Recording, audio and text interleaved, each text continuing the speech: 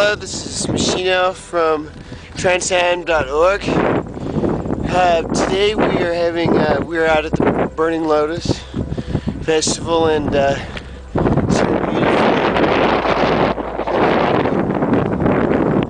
And this is the top of the mountain nearby,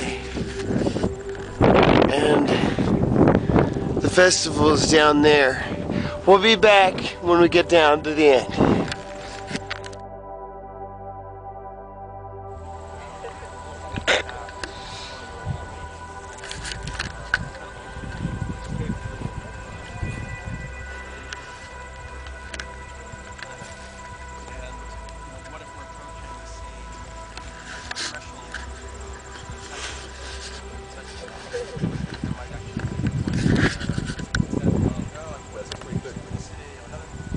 That doesn't look good now, but when you get home and put it on the computer, it's going to look good. They go up.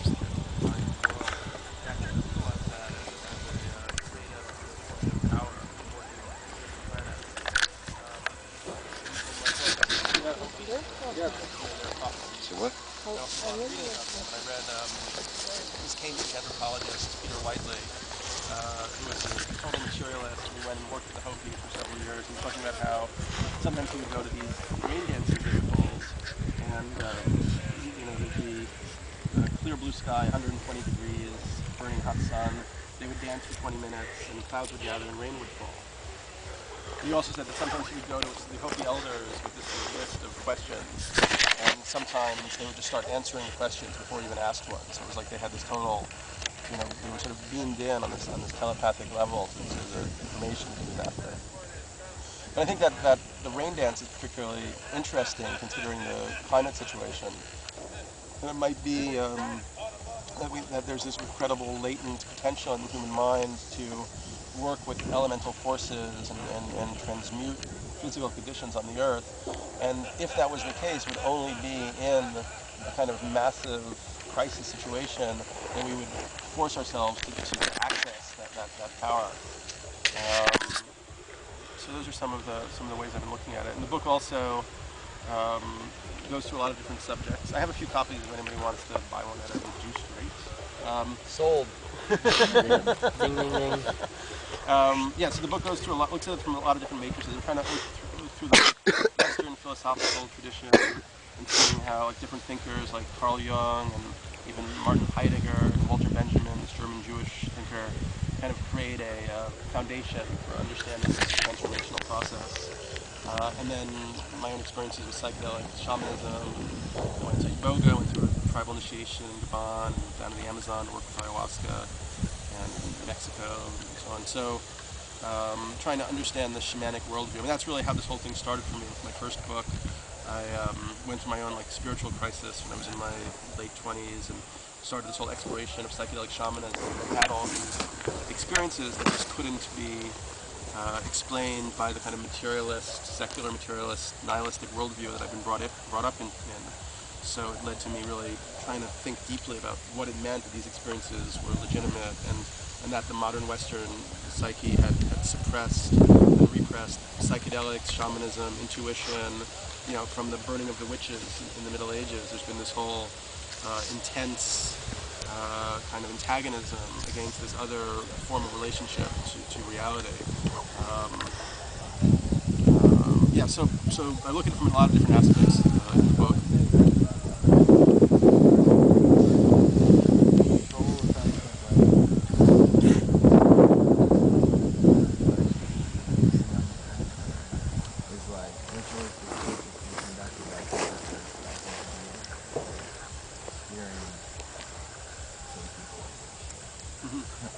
But fucking, I don't know. I don't even know why I said that. No, it's cool. Yeah, I try to steer away from the paranoid, because a lot of people who get involved in this whole 2012 It's not thing. even about paranoid. No. Let me Let talk me about energy. just finish my statement. I mean that the sense of this control mechanism is something that I think almost becomes a kind of other shadow projection of memory. Reality is boring, but the facts don't make available. But you can also see that, I really like this San Francisco character, Rob Brezhnev wrote a book called Pronoia, the antidote to paranoia. So you can see like everything conspiring against you, to like hold you down, like fuck you up, or you can see it as conspiring for you and give you like the best possible experience. They're out to give you. They're out to give you. What's that? So if they're out to get you, they're out to give you. Yeah, exactly. So even all these things about like, you know, like the fact that it's been so difficult to, you know, explore these areas has positives, in that it forces those people who get into it to be really cunning and clever and sly, and, you know, have a really strong will to get through this power structure and so on. So, you know, I really, yeah, a lot of where I ended up was sort of in this non-dualistic perspective on what's happening. Really just seeing it as an evolutionary process, that like we haven't attained consciousness as a species. We're acting still incredibly unconsciously in so many levels, and we're being forced, we're being pressured into, you know, either shift into a higher level of consciousness or destruction. You know, especially if you look at the whole species extinction situation. I mean, even in the next 30 years, something like 25% of all species are extinct. The oceans are 90% pushed out. You know, so just the whole kind of momentum of the system is leading us towards imminent cataclysm. But you know, that can be shifted. I think really quickly. You know, and for me, like that's also why we developed global brain, internet and cellular technologies. Is this real incredible option in a crisis point for there to be a massive shift in paradigm that could transmit across the planet in, you know, a really short period of time. And I have my own like personal history. My mother was involved with the beast, and was even like wrote a book about projector. I was going out with someone on the road with me up until that point, 7. There were like a couple hundred beasts, you know, scraggly characters wandering around the country. Nobody cared about what they were doing. And then suddenly, like there was like this cultural shift of focus. And On the Road and Howled and these huge books, and then within, you know, the next 5 to 7 years, the hippies kind of took that consciousness to the next level, and it went from 200 to 20 or 50 million people who were experimenting with a lot of those ideas. And so I really think of the 60s as being like a kind of first stage process in a cultural shamanic initiation for the modern West. And it sort of, we went through that process, reached a certain point, there was this huge retrenchment and pullback, and for various reasons, we kind of stopped going underground. And what may be happening now, beginning to happen, is this the second stage of the process. So part of the book is also I study the obstacle. One of this is an obstacle on the cover that appeared in Stonehenge in 1997, near Stonehenge. And I spent a lot of time in England studying them and talking to all these people involved with the phenomenon, researchers who take it seriously, hoaxers who claim they're all made by teams of postmodern artists, you know, New Agers who have extraordinary experiences in them. And I ended up feeling that there's no way they could be all a human-made construct. And there's actually scientific evidence. There's been papers in peer-reviewed science journals. Why do the aliens love the UK then? That's what I always wanted to know. Yeah, Is it just the fairy thing? Yeah, so the center of the phenomenon, although it's a worldwide phenomenon, the center is the southern England in the UK. And I think that they're particularly around Stonehenge and Avebury in that area. And so to me it seems like they're focusing on certain aspects of that Neolithic culture, which we really don't know very much about. I mean, Stonehenge and so on weren't built by the Druids, but built by this older Neolithic culture. And Stonehenge, for instance, is a incredibly sophisticated technological device for harmonizing sun and moon cycles. It predicts lunar eclipses, and it could only be situated where it is in terms of its geometry and so on. So it seems like there was a kind of lost knowledge system of kind of balancing forces and the whole ley lines thing and so on. So it seems like by the crop circles keeping focusing on that area, they keep sort of pointing out the nature of that culture that we've lost. Yeah, so that's one theme of the book is really this idea. Quetzalcoatl is this Aztec deity, kind of serpent, a mixture of bird and snake, so kind of the integration of spirit, matter, heaven and earth, which could also be the integration of science and spirit, like the integration of esoteric, shamanic wisdom traditions and kind of modern scientific, empirical, rational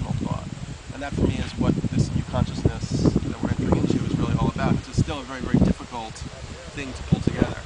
And then so the one representation of kind of, I mean, the sun represents kind of solar masculine, lunar, feminine, intuition. And so that balancing of the solar and lunar cycles is something that's really integral to this whole thing. And Arguelles, I think, had some really great points about our calendar and how the Gregorian calendar, and even really going back, starting in Babylonian times, when we went to this male patriarchal culture, we took people off the lunar calendars and we substituted, we made like an abstract circle out of the year and tried to make 12 equal parts out of it. And left these extra days, which were unlucky days. In the Gregorian calendar, this completely desynchronized the moon cycles.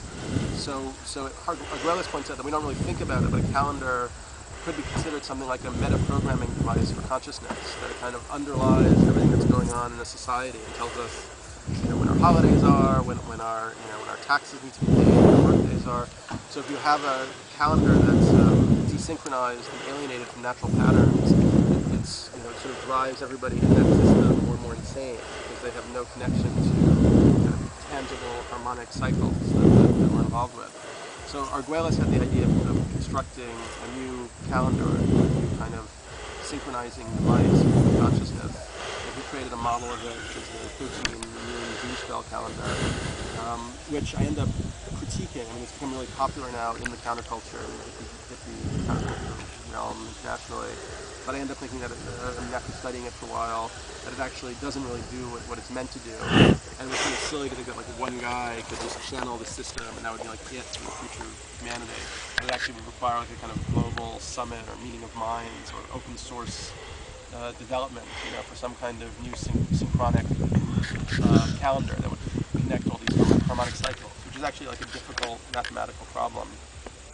And one thing I love that Arguelles talked about is, if our calendar kind of represents a certain like level of consciousness or mental structure, if we had a global agreement that we moved into a different way of relating to time, that all of the old agreements that we made would all be recognized as being made in that old, less developed form of consciousness. So they would be kind of annulled, and you could start from scratch. So like nation-state charters, third world debt structures, corporate privileges and so on, those could be kind of taken off the table, and you could really work from a 0 point to construct a whole new harmonic system. So, I don't think many people believe this is going to happen in the next 5 years, but I think it is going to happen, because there's going to be some massive, there's just no sort of preventing a sort of massive crisis of this global civilization that we're in now, and this would be a really useful way to get people connected to a different way of thinking about the situation. Any questions? Yeah, Yes. wouldn't it be simpler to just stop pouring crap in the rivers and stuff? I mean, it just seems like it would be because we have all our calendars, we'd have to reset everything, and it just seems like that would be an awful lot of trouble to go through, and pretty much we know what we need to do, we're just not doing it. Well, it's pretty simple stuff. Yeah, I don't really agree, because for me it's like unless you get to the deepest level of a problem, you're just going to create, your attempts to solve problems are going to create more problems. It's like we need to really go to the fundamental. Have a problem. I'm talking right now. Actually, you can talk. So we have to deal with we have to figure out what's the most fundamental levels of our situation. And I think that the fact that we have a wrong relationship to time is really, really fundamental. And I look at it in various ways in the book. So the way that most people are in time is in this perpetual kind of postponement time. So I mean, if you go on the subway in New York, people are just not there. They're anticipating some future reality that never arrives. And even our whole way of thinking about time is we think about time as quantity. So we talk about having enough time, wasting time, spending time, running out of time. So we're constantly conceiving of time. We kind of spatialize time. We're constantly conceiving of time as this spatial quantity that you can somehow get your arms around and get enough of or not enough of. And that is just a wrong relationship to time. And on a very deep level, that may be something that's created a lot of the problems we're in. I mean, didn't the Mayans run out of time when their civilization had its rough point? I think that we don't really know too much about what happened with them. That's And one way of looking at it, yeah. what's that? That's one way of looking at it, yeah. That what? That their time ran out, or they just decided that they were done with time and they left on their own. Yeah, I mean, It's another way to There's look still at it. mines around, but I mean like the big cities and stuff. Yeah, well, I think like when I would look at the classical Mayan civilization, if you've gone to the ruins of Palenque and stuff like that, it was like a very high order aesthetic civilization, and almost kind of like the way Tibetan Buddhism rose out of like the Bon tradition in Tibet. They, you know, they kind of had the opportunity to sort of construct this higher level spiritual culture, and in the same way that like Tibet, the Dalai Lama represents like the Buddha of compassion. So it's almost like he's, you know, he's representing this connection with some kind of higher level spiritual entity. The classical Mayan civilization seems to be in that same kind of relationship, where they had sort of self-organized and using psychedelics, rituals, you know, all these techniques of altering consciousness.